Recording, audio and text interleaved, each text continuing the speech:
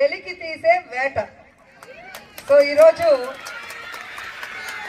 సచివాలయ స్థాయి నుండి రాష్ట్ర స్థాయి వరకు దాదాపుగా 3 లక్షల మ్యాచ్ల్ని జరిపించే విధంగా జగన్మోహన్ రెడ్డి గారి ఆశీస్సులతో మట్టిలో ఉన్న మాణిక్యాల్ని వెలికి తీస్తున్నాం.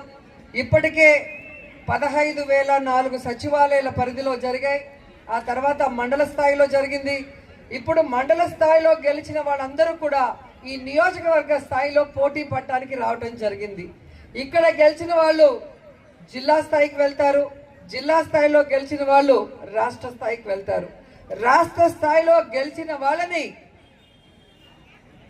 ఫుల్గా సపోర్ట్ చేసి నేషనల్ ఇంటర్నేషనల్ గేమ్స్ లో వాళ్ళు ఎదిగే విధంగా ఈ ప్రభుత్వం అండగా ఉండటం కోసం ఈరోజు పెద్ద పెద్ద కంపెనీలతో టైఅప్ అయిన విషయం కూడా మీ అందరికీ తెలుసు. ఎందుకంటే